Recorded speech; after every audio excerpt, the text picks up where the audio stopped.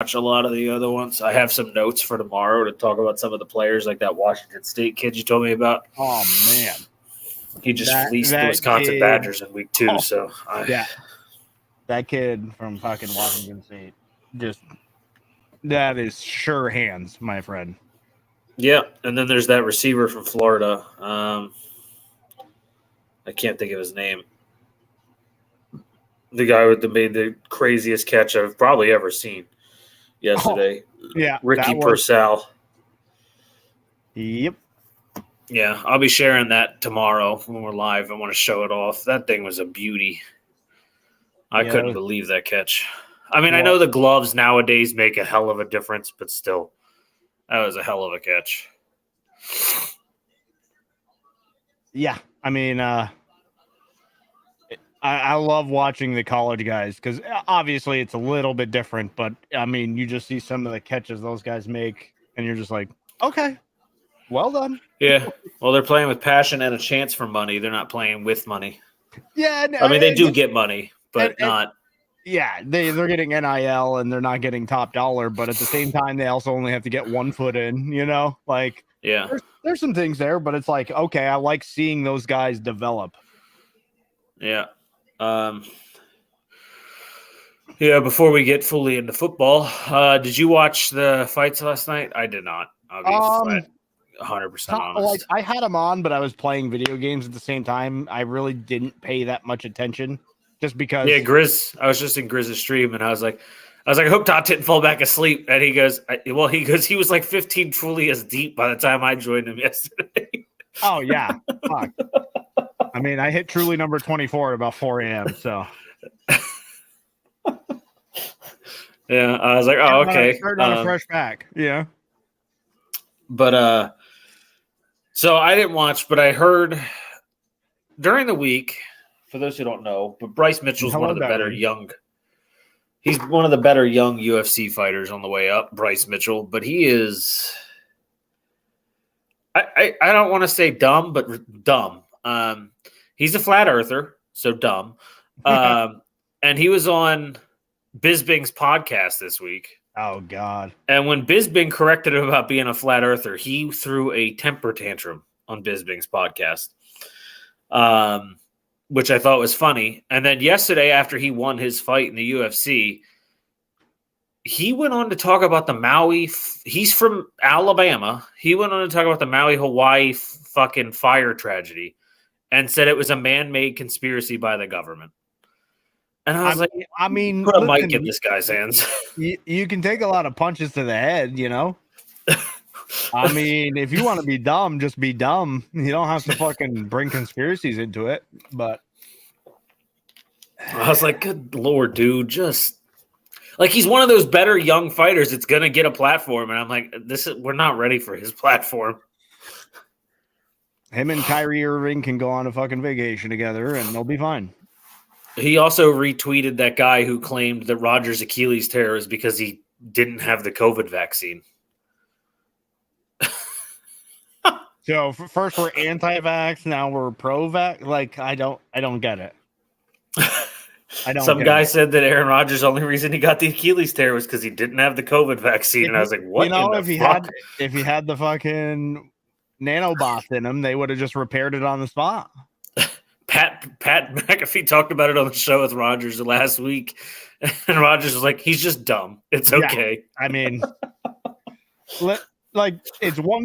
it's one thing to believe whatever you want to believe. Okay, I understand that, but it's another thing to just kind of put it out there like you're the smartest person in the room when you're definitely not. Yeah, definitely not. Okay, take another punch, bud. Some of these guys. Maybe he got choked out a little too long. 2 brain cells fighting for third place. I mean, fuck. Here we are. All right. We gotta talk about it. We'll talk about it in depth tomorrow. But I don't know who watched college football, but I watched the end of one game, and I just kept updated on the other because I was playing ranked Apex at the time. so I didn't watch Oregon destroy Colorado. But I yeah. have been telling people for weeks that team is as fake as it gets for a ranked team. Well, and they got demolished. I don't think they're fake. I mean, they've beat teams they shouldn't have beaten, right? But like I had somebody ask me yesterday. Well, they beat who was ranked 15 when they played them. I mean, come on. TCU week 1 with 3 starters to the draft. They're not ranked anymore. I know. Like, all I'm saying is somebody asked me yesterday, they go, how do you think this game's going to go? And I go, Oregon's going to blow them out. And they go, why? I go, because it's all hype. And the one thing you can do with NIL now is you can get a lot of guys in the transfer portal, which Dion did. Yeah. But you cannot build offensive line and defensive line chemistry that fast. I think next year they'll be fine. But I thought what he said was very interesting after the game.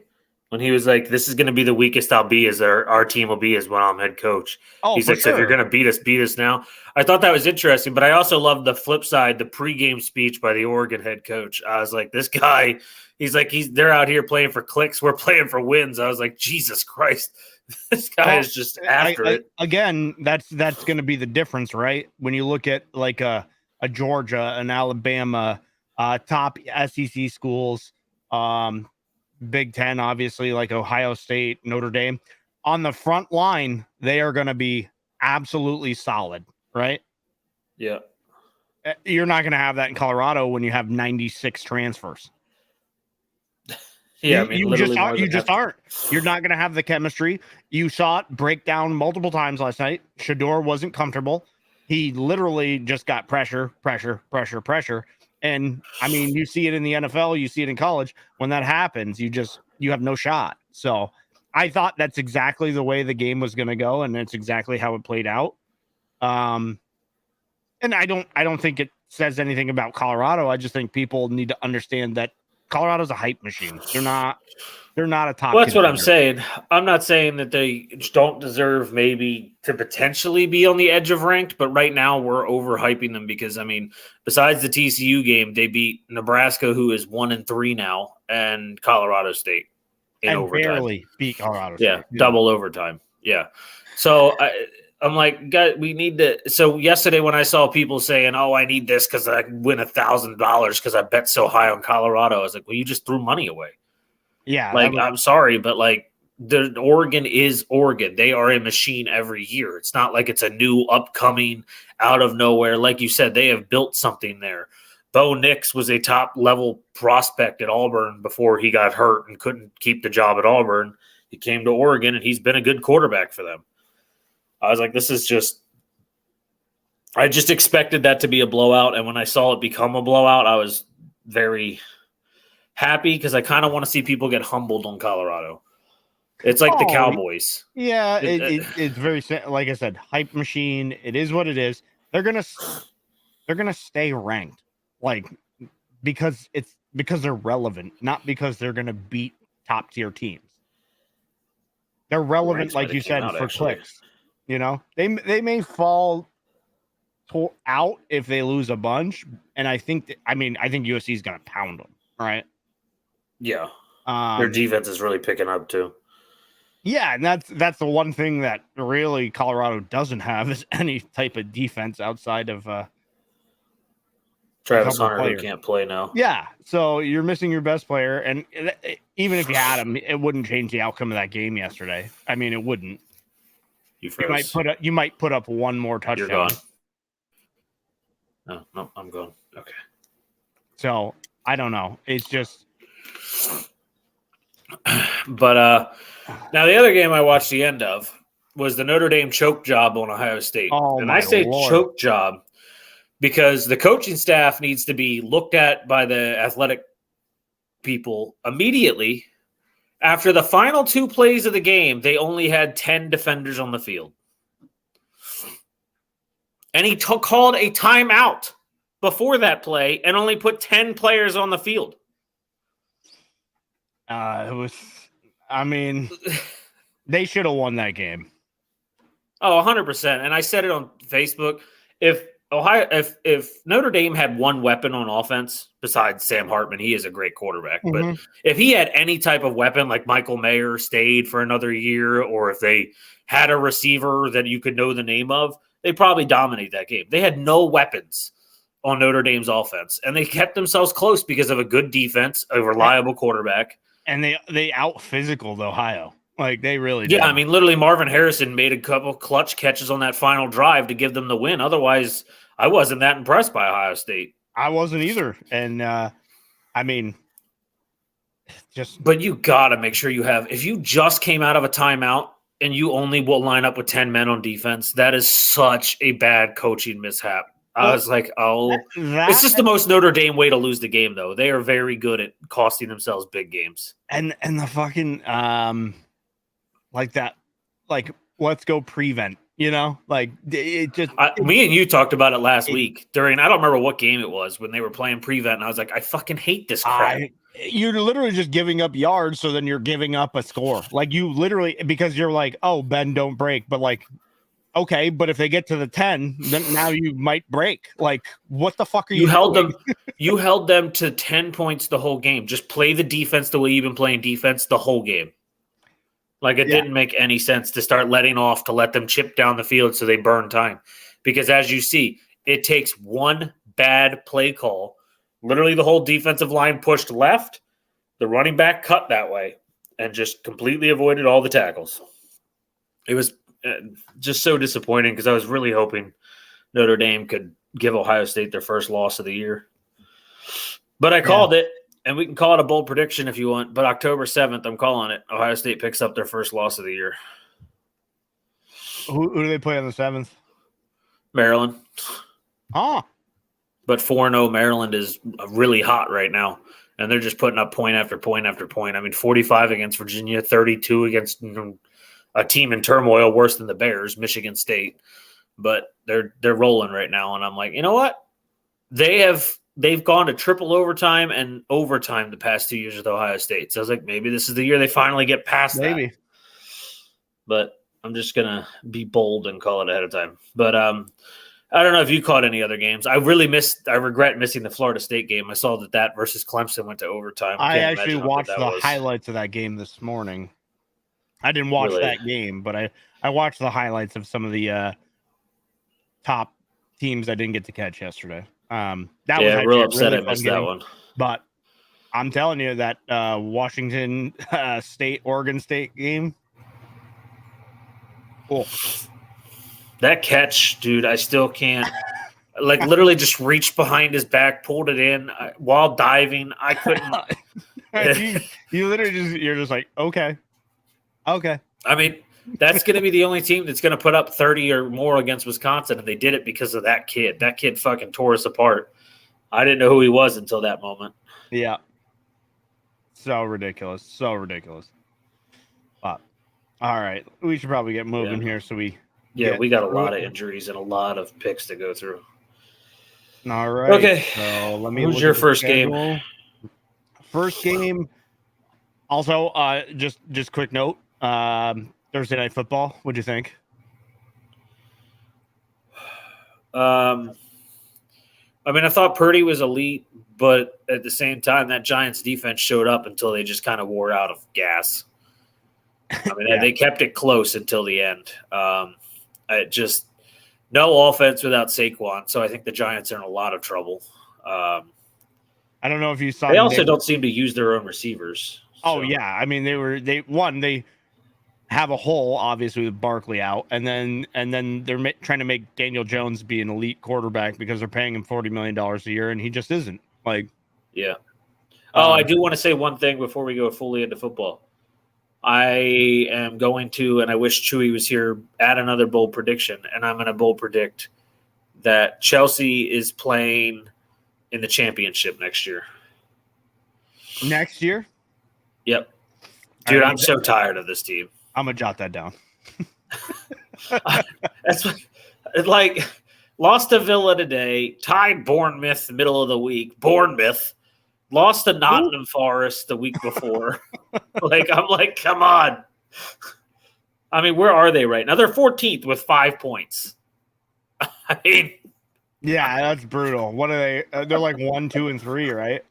Yeah, like I'm done. I just don't get what's wrong. I don't get it anymore. I wish Kyle Brandt You didn't need to jump bring away back anymore. DDA Drogba. They need to do something like make him manager. I don't fucking know. I mean, you're above Everton. The past 2 years, I said Everton was going to get relegated, and they keep avoiding it. On the last day of the year, they literally went to 17th last year on the last game of the season, and I was like, "You sons of bitches!" And I mean, Liverpool seems to be back. Yeah, they're starting to get momentum again. They just needed some of the new pieces to start to click. And I mean, I guess Brighton would be the surprise. They're kicking the shit out of everyone. They beat the crap out of United last week, and I was That's like, what "Oh, I'm okay." saying. Brighton's just like, yeah, we're here. Enjoy. They're above Tottenham and Arsenal right now, so yeah, I can understand. But yeah, Chelsea, pack it in for the year. Don't watch another game. You're good. Yeah, I said it in Chewy's Discord today. He hasn't said anything yet, but I'm done. I'm done with this terrible team. All right. Anyway. All right. So who's your first game of the week? I've got Tennessee Twitter up so we can at Cleveland. One of the most uninteresting games of the week. I mean, unless you love defense. I mean, yeah, but if you love 9 to 6 games, if you fucking love turnovers, I got a game for you. and quarterbacks that can throw the ball 5 yards. Yeah, it's gonna be like a 6 interception, 6 fumble game. Like, come on. All right, so let's. Only big injury for the Titans is Peter Skoronski. That's continuing, right? Yeah, I don't know how long he's actually out for. He just keeps showing up in the inactive list. I have inactive Colton Dowell, wide receiver, Travis Gibson, linebacker, Will Levis, quarterback, Peter Skoronski, offensive tackle, and Kindle Vildor, cornerback. And on the other side, it's Greg Newsome, which is a big loss. Ronnie Hickman, a safety. I don't know him. Center Luke Weipler. That's a big one. Tackle James Hudson III. Isaiah McGuire, defensive end, and Siaki Ika. There you go. That's only. I mean, there's no massive fantasy impact starters out. There's. Did you hear though? Nick Chubb. They're bad.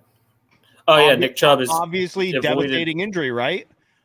Apparently, he only tore his MCL. I have got to say, that's insane.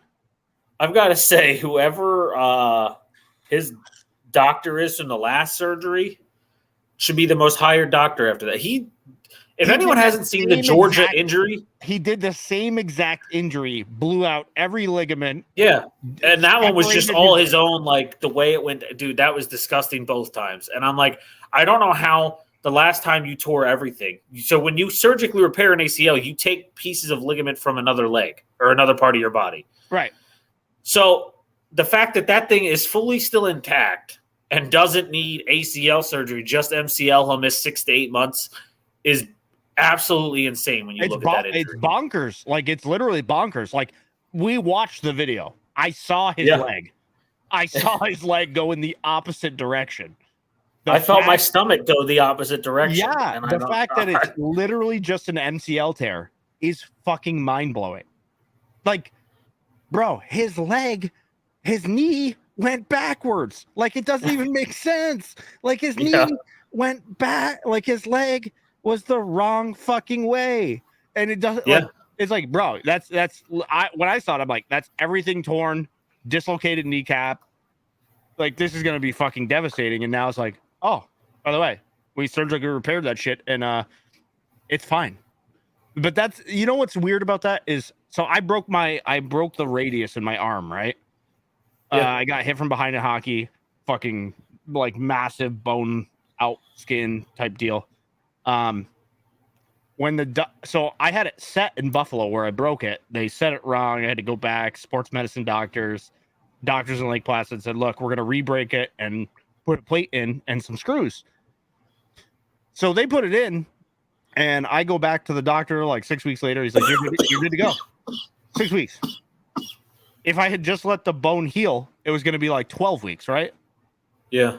And so then it feels kind of weird, at first. And so when I go in for physical therapy, the doctor's like, oh, by the way, you could take 3 times the hit. You're never breaking that again. And I'm like, what do you mean? He's like, you could have a fucking 300-pound man jump up and down on your arm. That bone ain't breaking. And I'm like, okay.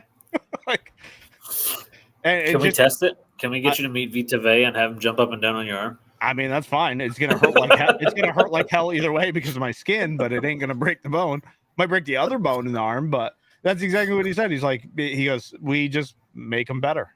Like that's what they do, and especially in Lake Placid, where you train Olympic athletes, and you have the training staff. They're like, yeah, we just kind of repair everything better.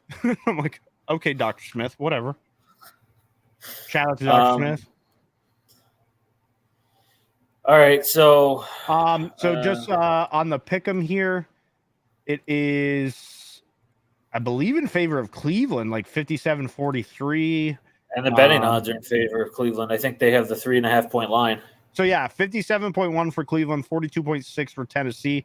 I'd like to see a good day out of Deshaun. I'm not expecting it, but I just have a sneaky feeling he's gonna pop off one of these days.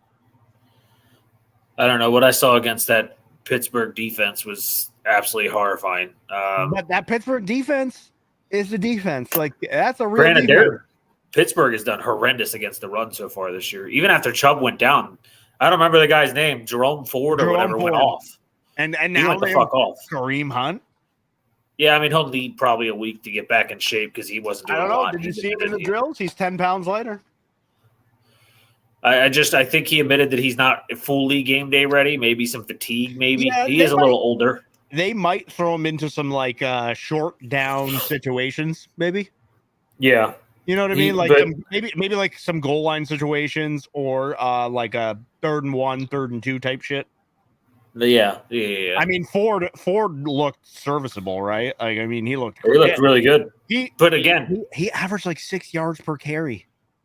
Yeah, and then again, Pittsburgh has given up over 130 yards rushing in both games so far.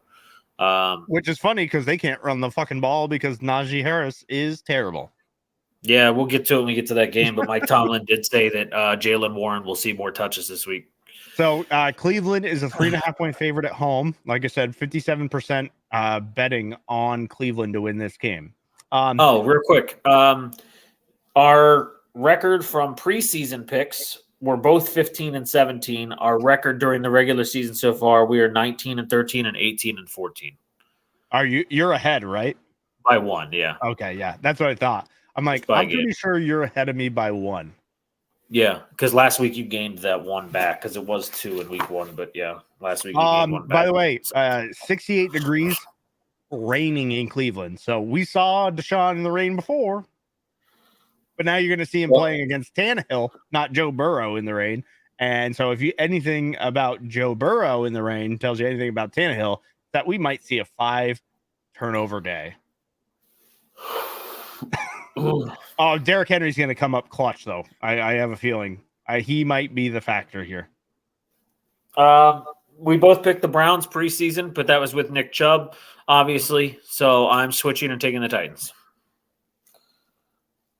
I'm taking the Browns and this fucking front line. I know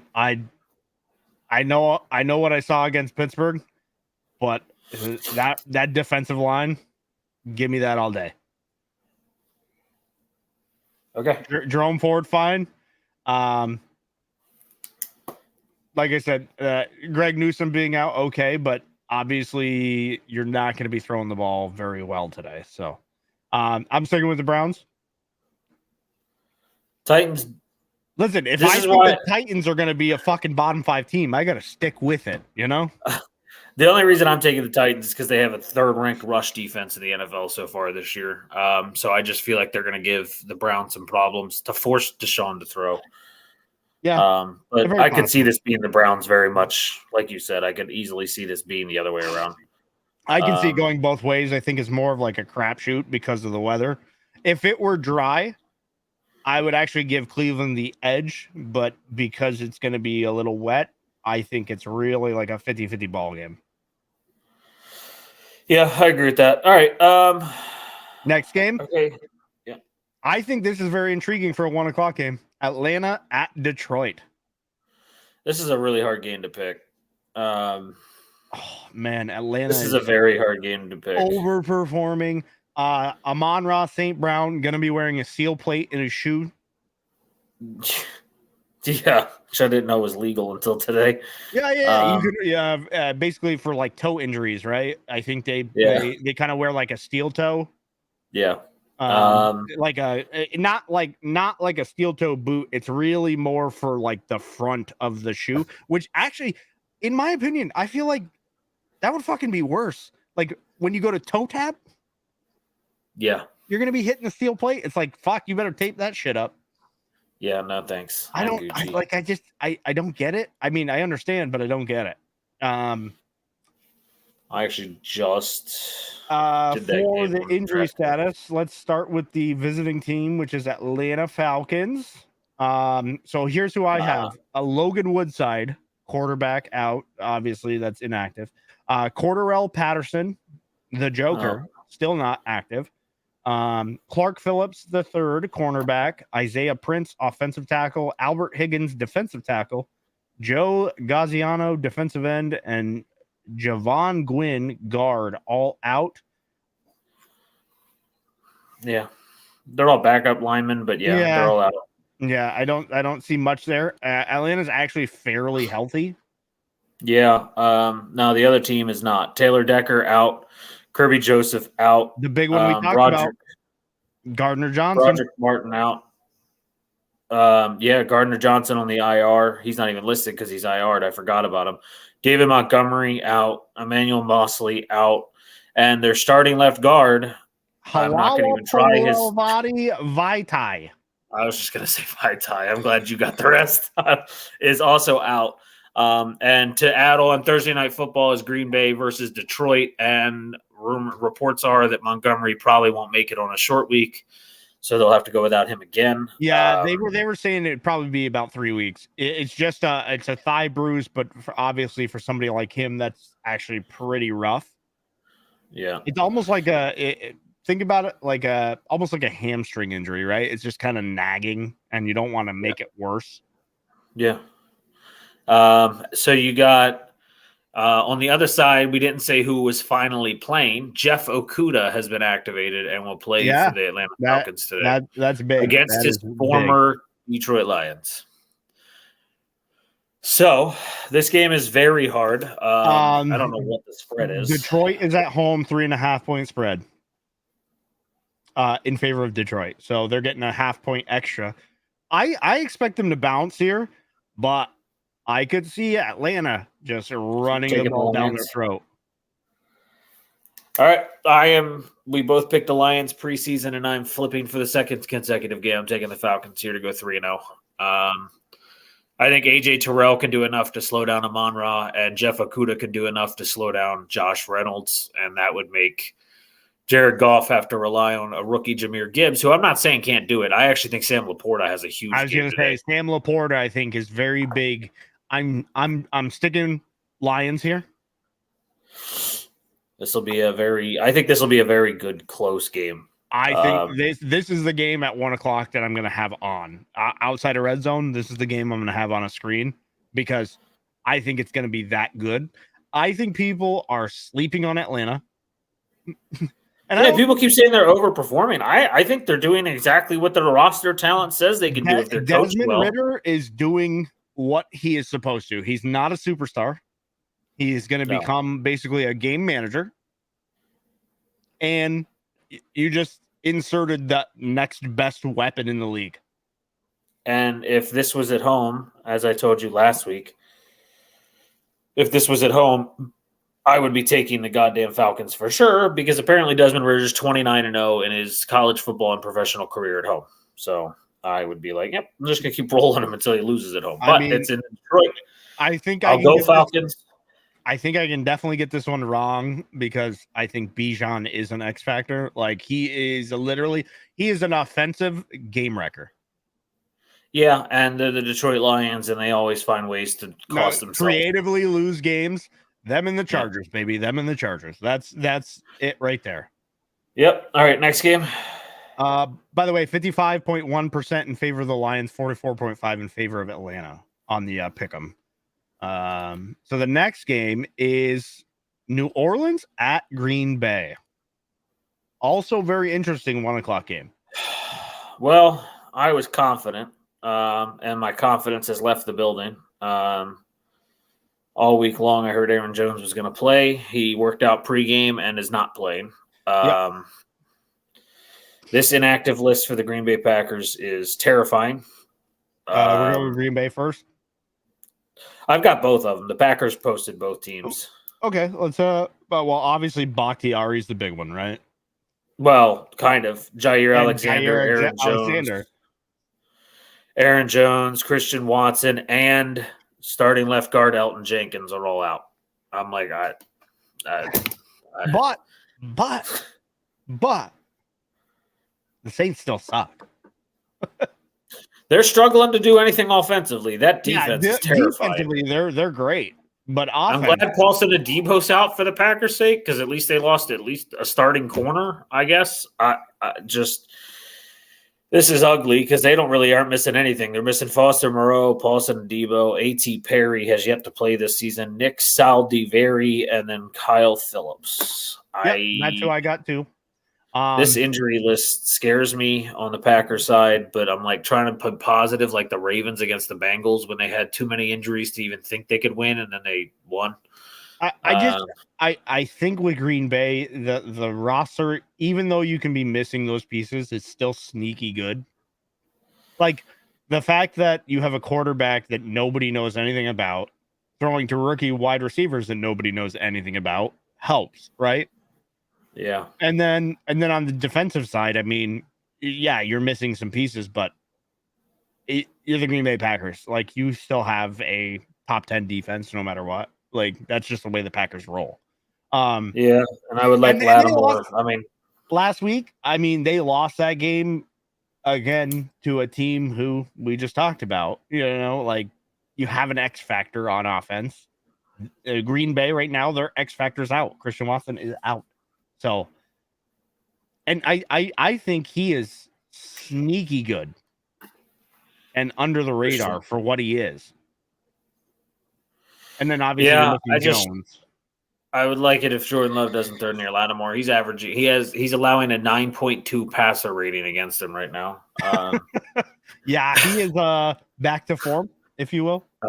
So I'm going to take the Packers, but I'm taking them because I think our defense, with them missing Jamal Williams, that's the one we didn't mention because he went to the IR. Yeah. And then still no Alvin Kamara for this week. He returns next week. I know what's his name scored 2 touchdowns last week, Troy Jones Jr., but he only averaged like 1.4 yards a carry. Some Hill is their top running back right now.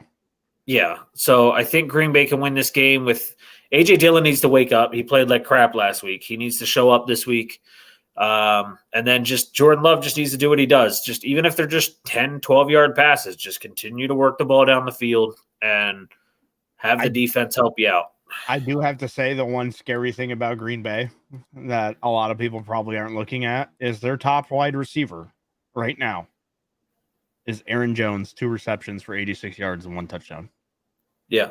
Because that's concerning. Because it's the plethora of receivers, as you said. Jaden Reed has a couple plays. Trayvon Wims has a couple plays.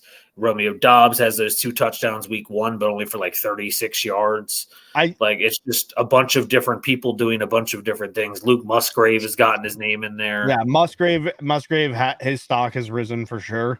I think the big thing for Green Bay is don't let Derek Carr go downfield.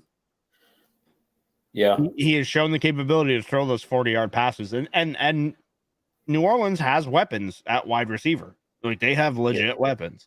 So I think the big thing is to stop. Yeah, no, Jair really sucks because I was hoping to have him against Olave and just force Michael Thomas versus Rasul Douglas, which would have been a fun matchup. But by the way, New Orleans 1-point favorite on the road in Green Bay.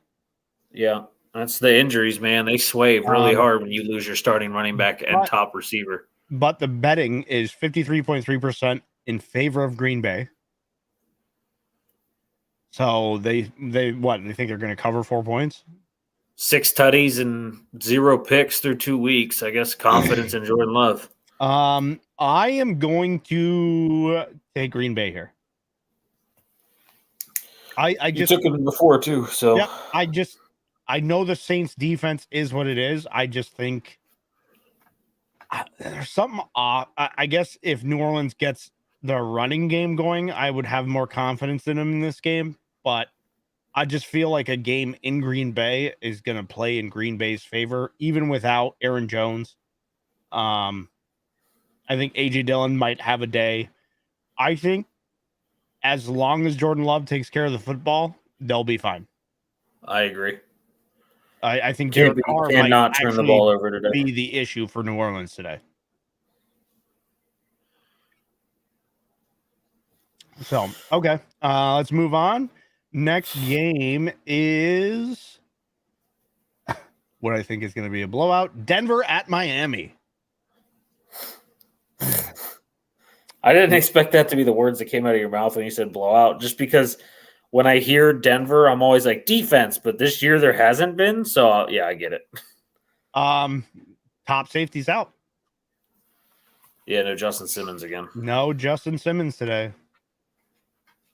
And I think that's going to be a problem. You saw what the Redskins did to that defense. Like Tyreek Hill might have a day. Yeah. Though I will say they have one of the only 2 corners I can name besides AJ Terrell, top corners in the league, that travels with a receiver. So if they let Pat Surtain travel with Tyreek Hill, maybe he slows him down. You can't stop him. He's physically unable to be stopped. No, you have to do what the Patriots did. You have to do what the Patriots did. Basically take him away and make – without Waddle. Waddle's out today. Yeah, concussion still. So you're going to make Mostert beat you. By the way, Denver, you fucking suck at blocking the run. So, yeah. That's probably what's going to happen. And then they suck in the second half. So. And Tyreek's going to go over the top for one, and you're just going to be down 14, and that's the rest of the game. Like they did simplify the playbook this week and play calls to 1 to 2 word play calls for Russell. They simplified all of that. Can we talk about this? Like this, Sean Payton's not the only one who said this about Russell.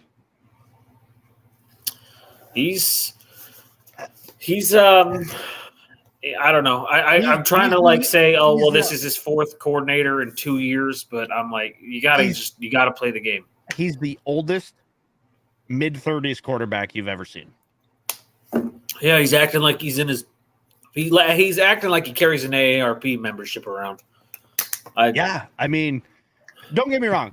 We've seen flashes of Russell, right? Like where he threw the ball downfield against Washington. That's what Kurt Warner said today. Obviously, like throw out the fucking Hail Mary, that type of shit. But he has had big chunk plays like he used to have to lock it, right? Yeah. I just think they need to get the fucking run game going in order to enable him to do that more. These dogs in this. If they don't get the run game going, he's gonna struggle. And he used to be a great passing quarterback with the ability to run. Yeah. Now he's an okay passing quarterback with an occasional run. Like he looked good last week running the ball. No, he did. Yeah. And that's what I mean. Like he is a better passer out of the pocket than he is in the pocket. Yes. Yeah, he never really got graded in the pocket. He was always he's kind of like Aaron Rodgers, more artist, less mechanic. Yeah. Yeah, and lived off of a lot of play action, which they haven't established a run yet this year in Denver, so it's hard to use play action when you can't run the ball. I think they got to get Williams and Pirine going together. That establish that, because I always thought feed Javonte Williams. Who was the other guy they had before Pirine? It was Melvin Gordon. Melvin Gordon, who was awful. I always said, fucking give the ball to Javonte Williams. But now you have 2 smash factors. Unfortunately, Pirine might be on his way out of the offense already. I've heard that too, and I'm like, Jesus. Sean McVay loves not Sean McVay. Jesus goddamn. Sean Payton absolutely loves that rookie McLaughlin or whatever the hell his name is, that rookie running. And he said he's going to try and find more and more ways to put him into the offense. And I was like, okay. Pirine might be on the way the other way then. So let me run through so injuries that I have. So we already covered Justin Simmons, safety JL Skinner, Ronnie Perkins, defensive end, Alex Forsyth, center. That's big. Yeah. Defensive tackle Elijah Garcia, and linebacker Frank Clark. Yeah, I knew Frank Clark was out today for the Broncos. And then tight end Greg Dulcich is on IR with a hamstring. So I think there are some injuries there of note. I just I can't see him beating Miami today. I really can't. Yeah, on the other side, it's Jalen Waddle. Emergency. Yeah, Jalen Waddle with a concussion, emergency third quarterback Skylar Thompson, Cam Smith, cornerback, Salvin Ahmed, which is a kind of a big loss because he's been a nice number 2 piece at running back. Eric Azukwama, wide receiver, and then Tyler Croft and Zion Smith. So I have, and then questionable, I have Teron Armstead, but apparently, from what I hear, he's going to play. Yeah, that was the Dolphins inactive list from their Twitter. Jalen Phillips has a back injury. He's questionable, but apparently he's going to play through it. But I don't know. Raekwon Davis, the defensive tackle, has a wrist injury, but also apparently going to play. I feel like with a wrist, with a defensive tackle, you just fucking put a club on his arm and he's good. That's what they tend to do. That giant mallet. I'm taking Miami all day here. I am too. No doubt in my mind. They're a 6-point favorite at home. Yep. And over-under is 47.5. Pick'em is 70.1 in favor of Miami, 29.7 in favor of Denver. I just think the Simmons thing is huge. I mean, that 20-something% is the Denver fans with their mushrooms and their weed just fucking going, the Broncos. Listen. You don't talk about the drugs that won the war on drugs, okay? They did. Congratulations, drugs, for winning the war on drugs. But yeah, I feel like Miami's going to run that ball down their throat, and then it's going to be like every time that Denver goes to protect that, Tyreek over the top. Like, and another one to watch today will be River Craycraft. He's kind of starting to get involved in that offense a little bit. So. And I just think McDaniel is very subtly becoming one of the best offensive minds in the league, and not even subtly. No, I agree with you. I think he is the best offensive mind in the league right now. I think it's probably between him and where he came from, Shanahan. Yeah, I mean, outside of those two, maybe McVay. But offensively, like the fucking things they do to confuse defenses is unbelievable. Yeah, no, I agree. It's been really crazy to watch what the Dolphins can do. But here, like this, this right here kind of gives you the picture. By the way, it's going to be 85 in Miami, so it's going to play in Miami's favor. Russell Wilson is 45 of 66 for 485, 5 touchdowns, 1 interception. Pretty good, right? You're going to tell me something really bad now. Tua is 49 of 75 for 715, 4 TDs, and 2 interceptions. That just means Miami's stretching it. Like, unless Javonte Williams has a day, I just think this is going to be at least a 1 touchdown game. I'm going to say a 13-point game. I think that's comfortable enough. I mean, the fucking Patriots had a shot, right? And that's the Patriots defense. Yeah, the only thing to note is Russell Wilson does have a 6-3 record against Vic Fangio defenses. I don't know if that's going to matter in the end here, but yeah. Well, I don't know. What's he's going to be calling plays like Lamb. Yeah, I mean, they said 1 to 2 words. I don't know. Omaha. Omaha is coming back. All right. Next game. Battle of the 0-3s. 0-2s? Or are they going to both lose today? They're both going to lose. Los Angeles Chargers at the Minnesota Vikings. I knew what you were talking about. And I was like, I mean, this could be a tie. I don't... 0-2. It's in Minnesota, so it's a dome. Not that that really matters. I don't know. God. I fucking hope I honestly hope the Chargers lose so they fire Brandon Staley. You think this would be the week? Go 0-3 and be like, we're done? The fucking writing is so apparent on the wall, dude. Like, it's fucking amazing that this guy still has a job. It's and I'm gonna tell you insane. I'll tell you what, I'll start on the road team. They're inactives. Eric Kendricks, JC Jackson, and Austin Eckler all inactive. The other ones are all backups. The other three, Brandon James, Zach Bailey, and Christopher Hinton, are the other ones that are listed as inactive today. But that is starting linebacker, cornerback 1, running back 1, all out while you're 0-2. I mean, literally, it's going to be Kirk Cousins and Justin Jefferson versus fucking Justin Herbert and what? Keenan Allen. Yep. Have them both in a DraftKings lineup. That's literally the fucking game at this point. It is the 32nd and the 30th ranked defense in the NFL right now. JC Jackson, great contract. Just can't. Inactives on the other side, the home team here. Cam Akers, by the way, signed with the Vikings. Inactive because he hasn't learned the playbook yet. He only got there Thursday. Marcus Davenport outside linebacker. Jaron Hall, the third quarterback. Nick Muse, the backup tight end, is out. Garrett Bradbury, starting center, out. And defensive lineman Kyrus Tonga is out. Mm-hmm. That's it for the injuries. Now for the shit show of a game. Kirk Cousins. Yep. Now for the shit show of a game. Right now, pick 'em 53.2% in favor of the Chargers, and the line is even. So it means the Chargers are basically up 3. Yeah. God, I don't know who to take here. Like, this is literally, like I said, this is Kirk Cousins and Justin Jefferson versus fucking Justin Herbert and 1 wide receiver. That's it. That's the whole game.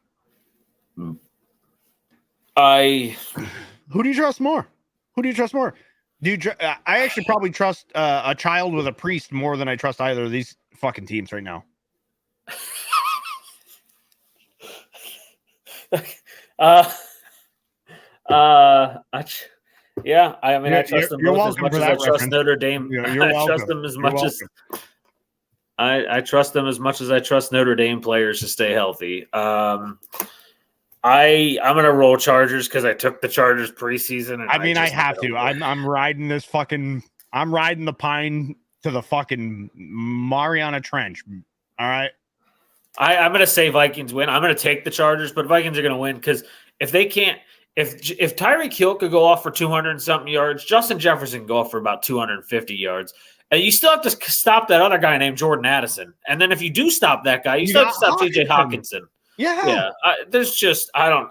But I'll go with the Chargers. I also think this might be the rebound for Madison. Because the Chargers the Chargers are fucking Swiss cheese on defense. Like, they really are.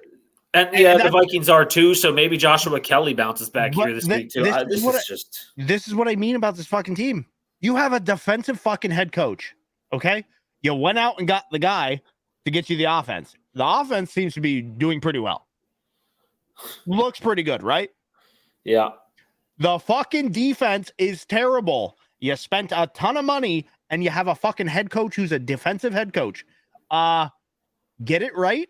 Or be gone. He should be gone by now. Yeah, there's no. He should have been fired after the fucking Jacksonville playoff game. He should have been. Well, he's not mad about that. Okay, that's over with. Oh, it's a hangover. We're just gonna lose every fucking game from here on out because we can't play defense. You're a defensive head coach. Figure it the fuck out, or be gone. Like, that's it. I honestly think if they lose this fucking game, they need to fire him. I agree with you 100%. I have no idea when their bye is, but I don't think you should wait. I think it should be just get it over No, with. just fucking hand it over to what's his name, the offensive coordinator, guy from Dallas there, Kellen Moore. Kellen Moore. Yeah, I can never remember his name, but I can remember Staley's because Staley fucking. And I can't remember his. I just remember Brandon. Blood boil.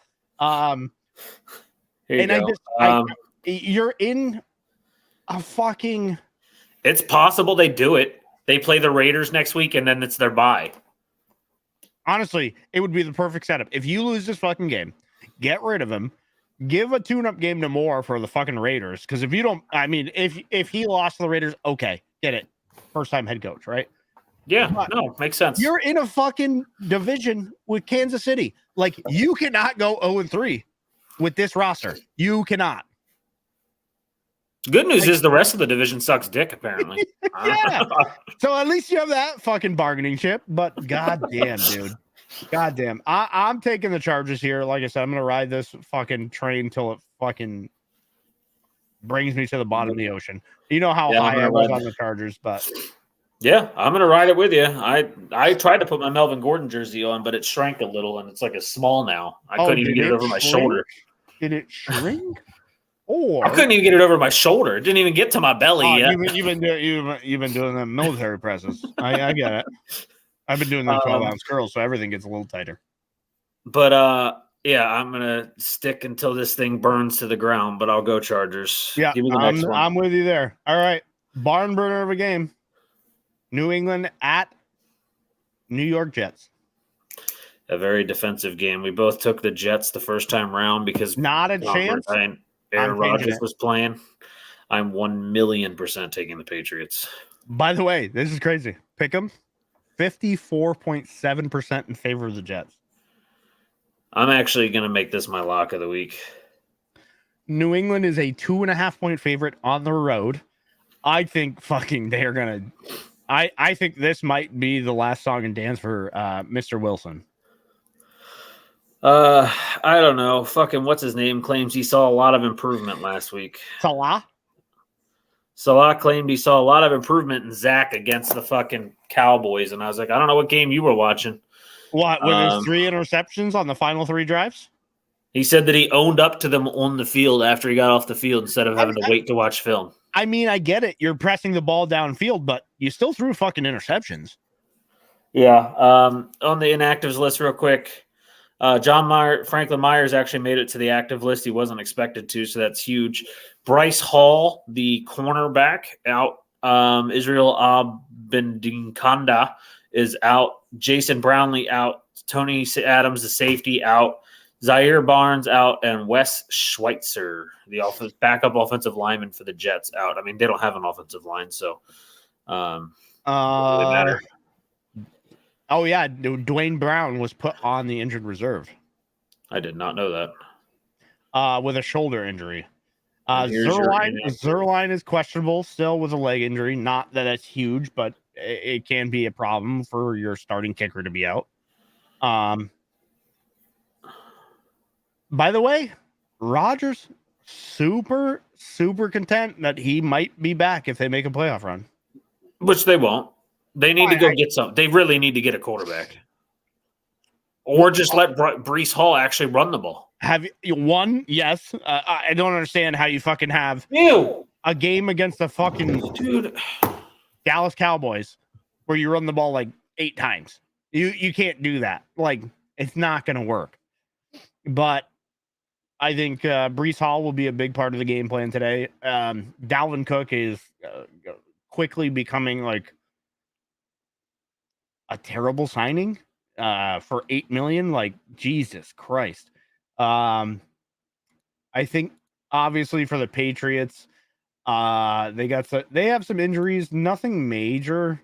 Obviously they're missing Jonathan Jones, the cornerback, but Zach Wilson can't throw the ball more than 10 yards, so it doesn't matter. And Mac Jones is out, torn labrum.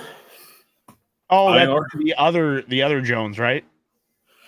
Yeah. Or not Mac. I don't remember his name. So it's Jonathan Jones, and it starts. I'm pretty sure it starts with an M. I'm trying to think of the name. Well, they've got Jonathan Jones, Mac Jones, and then whoever the other. I mean, not Mac. Jack Jones.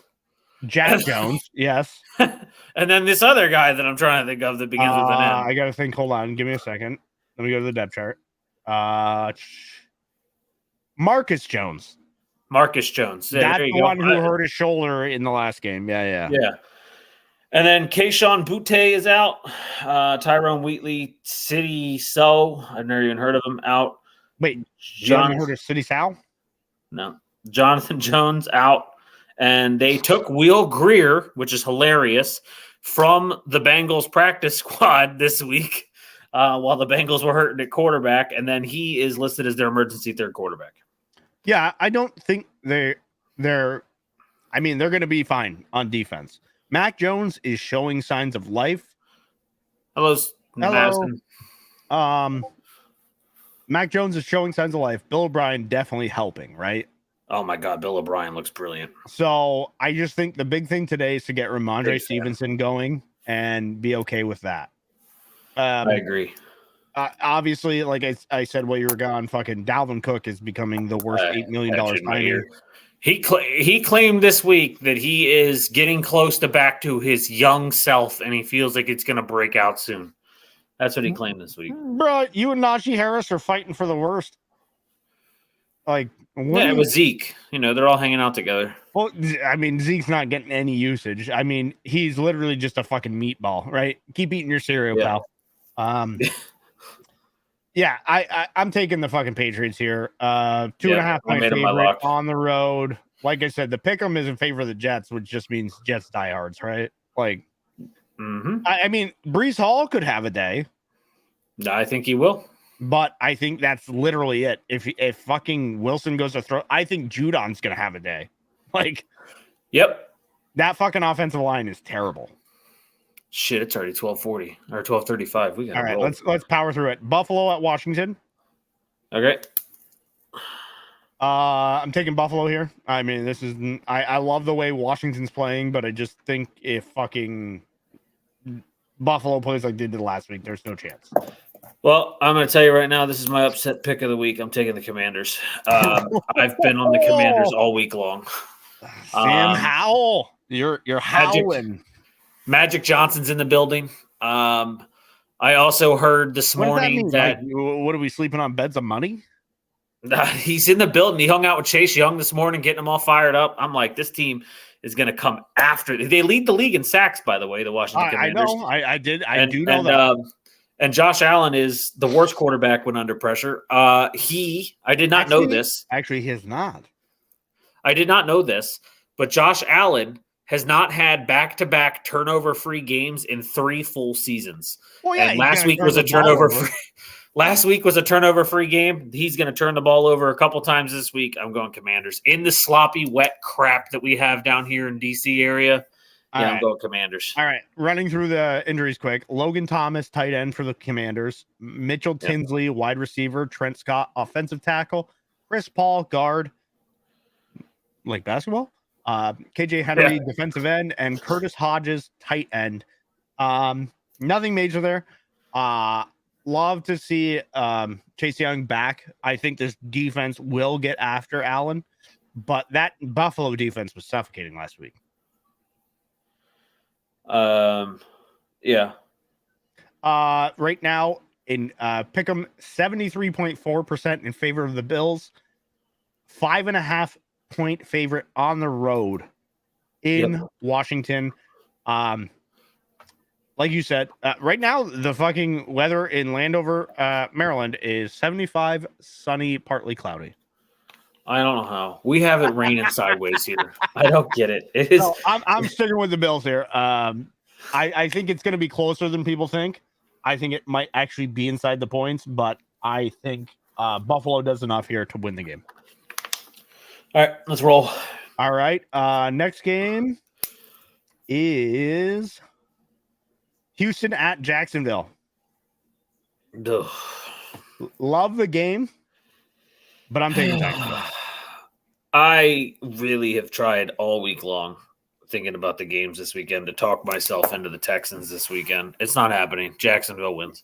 I think They're also a 7.5-point favorite at home. I keep seeing people say start Tank Dell. Dude, the Jags defense has been suffocating for 2 weeks. I don't believe you start someone like Tank Dell. Dude, Deep in the depth chart. Everybody's selling on the Jags because they lost 17-9 versus the fucking right. Chiefs. Their defense has been suffocating. They really hinder Patrick Mahomes. They're going to make CJ Stroud's life difficult. I'm rolling Stroud today in a super flex because he takes care of the ball and he is willing to throw the ball downfield. It might fucking come back to hurt me, considering it's raining in 82 in Jacksonville. But Jacksonville all the way. Give me the Prince. Give me that long flow out of that helmet. Good, tough throws.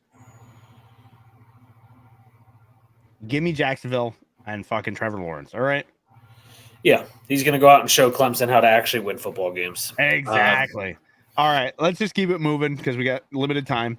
No big injuries in that game anyway, so we're good. Indy at Baltimore. This is a fun. I sent you the injury report on Friday. They were already out on Friday, so that means they're probably not close to coming back. Ronnie Stanley doing his Notre Dame great, and missing another consecutive game. Marlon Humphreys is getting close, but he's still not there. Odell out, but not really a big loss, to be honest. Justice Hill is the biggest out because with J.K. Dobbins already out, that means Melvin Gordon is now moving up the depth chart behind Gus Edwards. But they do have Kenyon Drake off the practice squad, so maybe Kenyon Drake is the guy that goes number 2 instead. The biggest point of this game, Anthony Richardson out. Like the Colts have get there, yeah. The Colts have no shot. Yeah, Gardner Minshew's going to get run over. And like I said, it is raining in Baltimore. I did just double check. It actually is in Baltimore, Maryland. It's 76 and cloudy. Okay, well, the radar is green above Baltimore. But it says 76 and cloudy game time weather. I'm just telling you what the fucking. I know. I'm just because we're in a giant green bubble. I don't know. Anyway, Baltimore 7.5-point favorite, 77.3% on the pick'em. I'm fucking taking Baltimore all day. I think if Richardson this played, is my lock.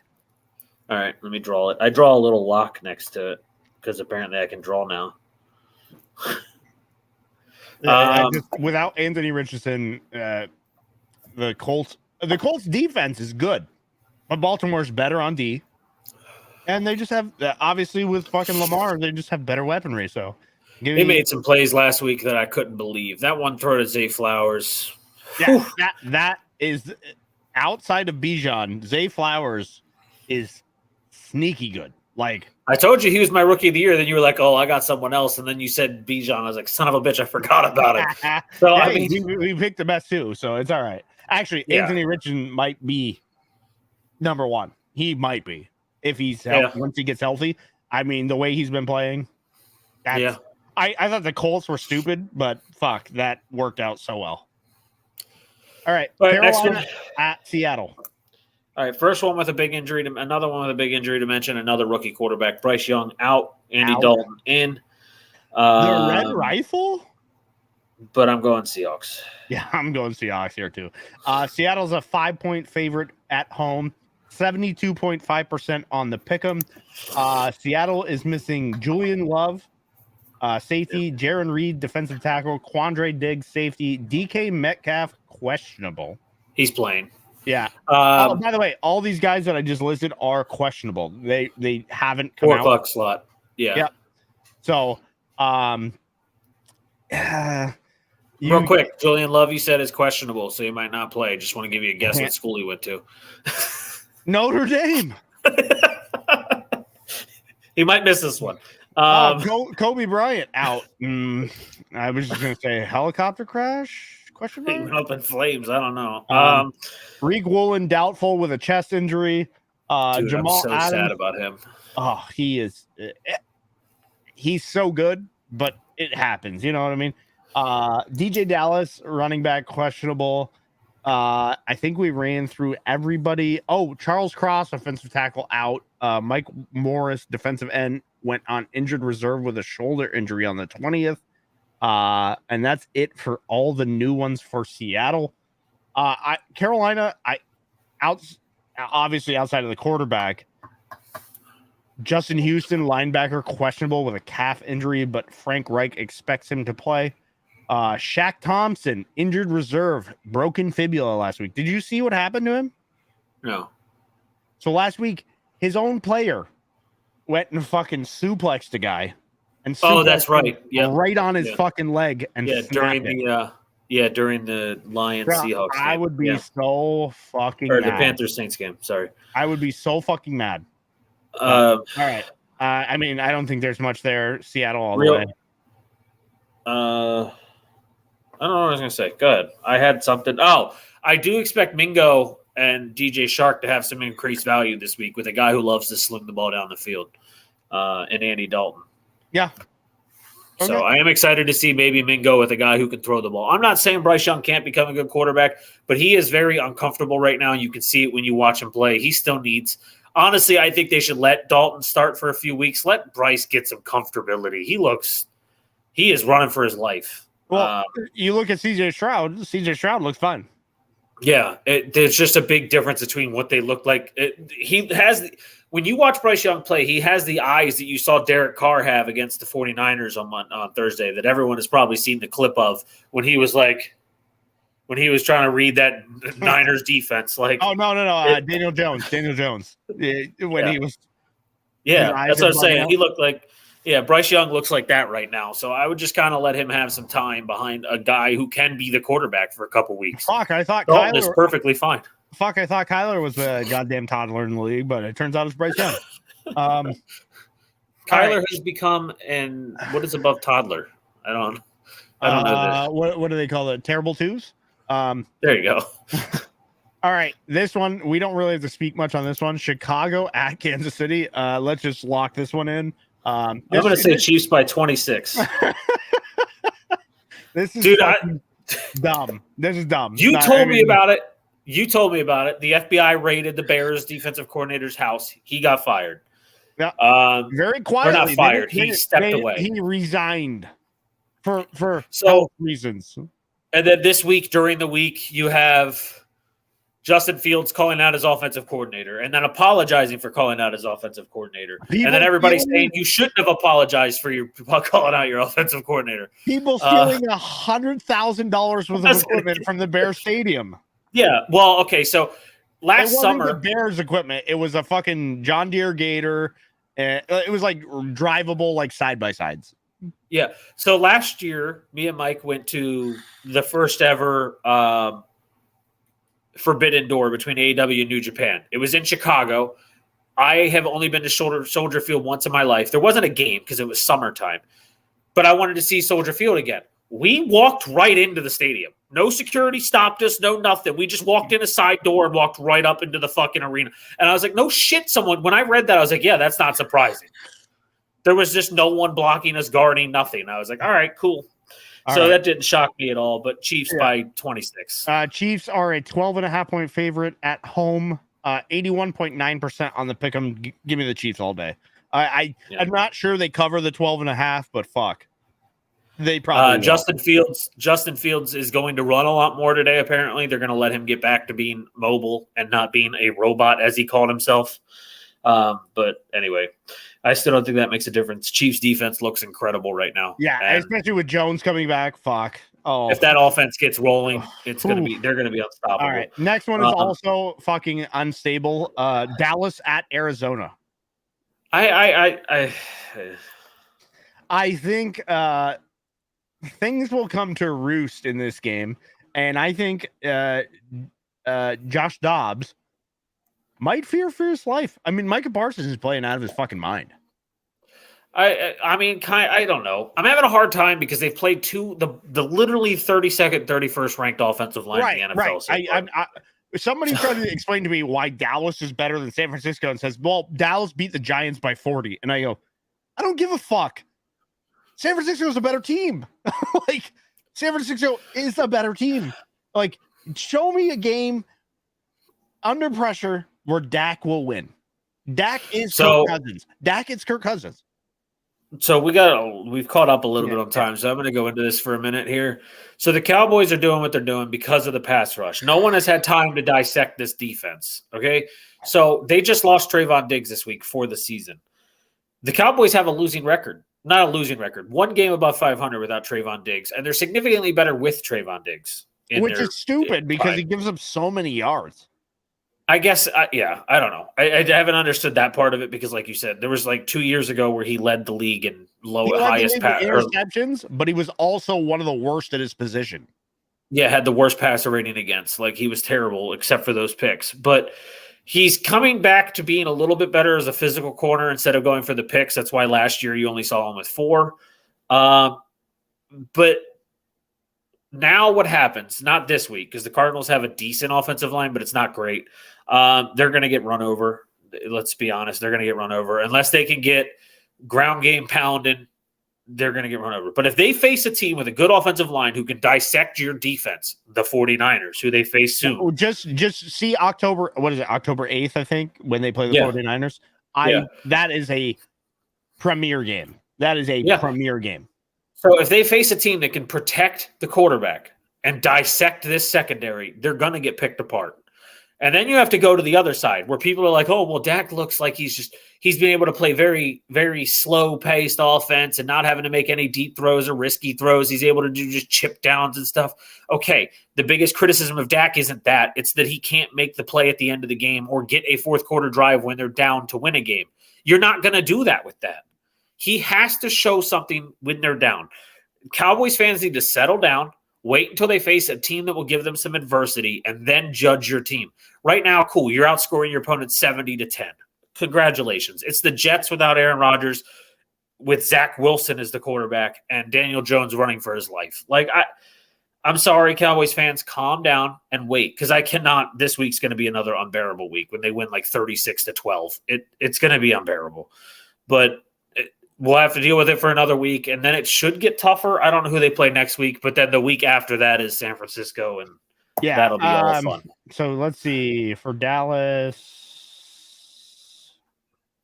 who do they have next week? I actually think it's pretty cake until no. They have the Patriots. They have the Patriots defense. So that'll actually be a game where Dak gets tested. So you're going to go Patriots, 49ers, Chargers, Rams, Eagles in a row for Dallas. Minus the Chargers, you're facing some good defenses. Right. And with the Chargers, you're facing a good offense. So can you keep up? Yeah. That's they might give up points, but okay. Are you okay doing that with Dak versus Justin Herbert? I'm fine. Yeah. That'll be interesting. I obviously I'm taking Dallas here. That fucking defensive front is so sick right now. Good luck calling the next one. I don't. 8:20 p.m. This Sunday Night one Football. is a barn burner. Barn burner. Pittsburgh at Las Vegas. Let's go.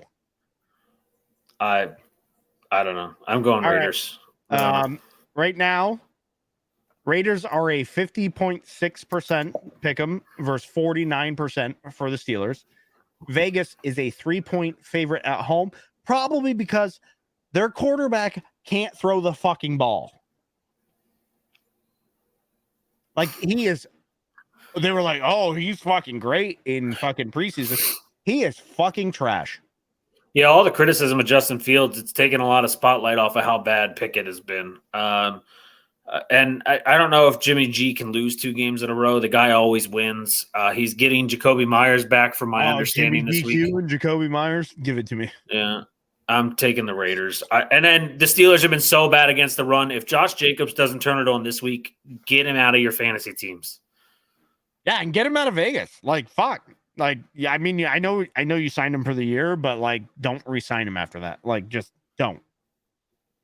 I think Jimmy G does enough. Jimmy G wins games. Obviously, last week was a fucking shit show, and it might be against this Pittsburgh front. Like, it also might be similar duress, but I just that pass rush is stupid, scary. I'm Alex Highsmith. That dude. Him and TJ Watt opposite of each other is terrifying. That's almost as terrifying as Garrett and what is it, Zadarius Smith? Yeah. Oh, I mean, fuck. I mean, Micah Parsons is making a point. Like, hey, I'm number 1 because I'm doing it basically solo. But that fucking line isn't. isn't that bad, right? Like they're playing it smart, so they aren't doing what every other team does by making them edge rushers on the depth chart. They have Micah Parsons listed as linebacker, and when Dan Quinn was asked about it this week, he said it's because we don't. Granted, during practice, they said that they do have him line up against triple teams and double teams, so that way he gets used to it. But they have him listed as linebacker because they move him around on the field, so you can't scheme your offensive line for him. You used to it. The guy fucking he gets. By the way, if you look at his number, 1-on-1, right, in the NFL, a defensive player gets past the offensive lineman 17% of the time. 1v1. Yeah. Micah Parsons is doing it at like 65% 1v1. 1v1. 65%. Yeah, it's fucking insane how good he is. If you look at him and like and the other person I would talk about is like Bosa from the 49ers, who's obviously been out, didn't go to fucking training camp, all that shit. When you watch those guys come around a corner on an offensive fucking tackle, they are getting so low to the fucking ground. That guy can't bend over that far. Yeah, and then Michael Parsons has the beyond them is fucking insane. Yeah, and I got to say it, Micah Parsons has the fastest speed I've seen on an outside edge rusher, I think ever. I'm really hoping that man never gets a leg injury because I want to see. I don't like him as a person, but man, that guy can play football, and I just love watching it. He is borderline unguardable. Yeah. So I mean, all right. So obviously we have the Monday night games: Philly, Tampa Bay, Los Angeles, Cincinnati. Do you want to cover those right now? Yeah, one starts before we're live. 7:15 p.m. Tampa Bay at Philly. Philly is a 5-point favorite on the road. I was going to say Philly at Tampa, yeah. It's a lot harder than most people would think with how the season started, but I'm going Eagles. This is the game I think Baker returns to Baker. I think he's going to face an actual pass rush this week, and that when Baker's under pressure, he is the worst thing you can watch.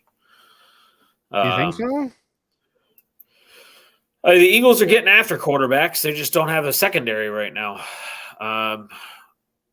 So if they can get after Baker, all right, I think he's going to run. Upset of the week: Tampa Bay beats Philly. Oh, man. Give me Baker and those commercials. Give me Mike Evans going for a game. If this happens and the Cowboys by the way, I fucking hate this pick. I think Jalen Carter's going to destroy Baker's life. But, yeah. If this happens, I just want you to know, we're never going to hear the Cowboys fans shut up that they're the top of the division now. But anyway, the last one we can just cover it quick. We'll talk about it more in depth tomorrow while it's live. 8:15 p.m. back-to-back doubleheader Monday. Very nice. I actually don't like it though. I like paying attention to one game on Monday. I don't like it. I would actually prefer them to put it like fucking during the week, but put it Tuesday. Fuck. That's never going to happen. They're talking about how all these injuries, major end season ending injuries, are happening on Monday and Thursday night games, and their NFLPA is going to talk about canceling every game that isn't Sunday. Hey, guess what? Put fucking grass on the field. That's what I've said 100 times. The owners won't do it because there's no benefit to them. Like, it's cost versus benefit. There's no benefit to them other than players actually fucking playing, which, hey, by the way, makes you fucking money. Yep. But all right, Cincinnati, Los Angeles, Cincinnati, overwhelming favorite. And by the way, if Joe Burrow doesn't play, I'm taking the fucking Rams all day. I'm going to tell you right now, I'm taking the Rams if he plays and if he doesn't play. I'm taking the Rams either way. I'm actually taking them. I'm taking the Rams here. Puka Nacua, give it to me. Him and Tutu Atwell are going the fuck off right now, and then Kyron Williams is making it so you can't focus on the pass game. It's just too good right now. No one would have predicted this, but their offense is just clicking and they're hitting people. They're physical right now. Was I talking to you about it with the Joe Burrow thing where I said Joe Burrow just needs to take the next few weeks off? Like, just because Play for an outside chance at the playoffs and just fucking Yeah, let it because I rest. sent you that link from that CBS, that sports doctor who said that this is one of those injuries he should take a few weeks off because, like you have said, he will tear his Achilles if he does not careful. Yeah, calf turns into Achilles real fast if you're not careful. Jamar Chase asked him to take this week off, personally. We'll see what he does. We'll call it tomorrow before it happens because we'll be live at 8 o'clock, about 15 to 30 minutes before the game goes live. But so we have a bold prediction we're supposed to do every week. And I'm going to give you 2 this week. But I'm going to give you 1 from your game. And I'm going to say Matt Judon picks up 4.5 sacks this week of Zach Wilson. Okay. And I'm going to double down on the Patriots-Jets game, and I'm going to say you guys wind up with 9 team sacks this week. 9. Ooh. Josh Uche gets 1 or 2. Judon gets 4 to 4.5. Yeah, I'm going to say you guys wind up with 9 this week. I just think the Jets' offensive line is so bad. I still think it's a close game because your offense against their defense is a really tight matchup, but their offense is going to have no momentum. So Okay. My bold prediction is that the Tennessee-Cleveland matchup will have 8+ turnovers. I actually picked that game to be a 9-6 game. 9-6? I like it. Yeah. Fuck, let's go. Just a fuck ton of field goals. All right, let's see if anyone's live to raid so we can watch football in 2 minutes. I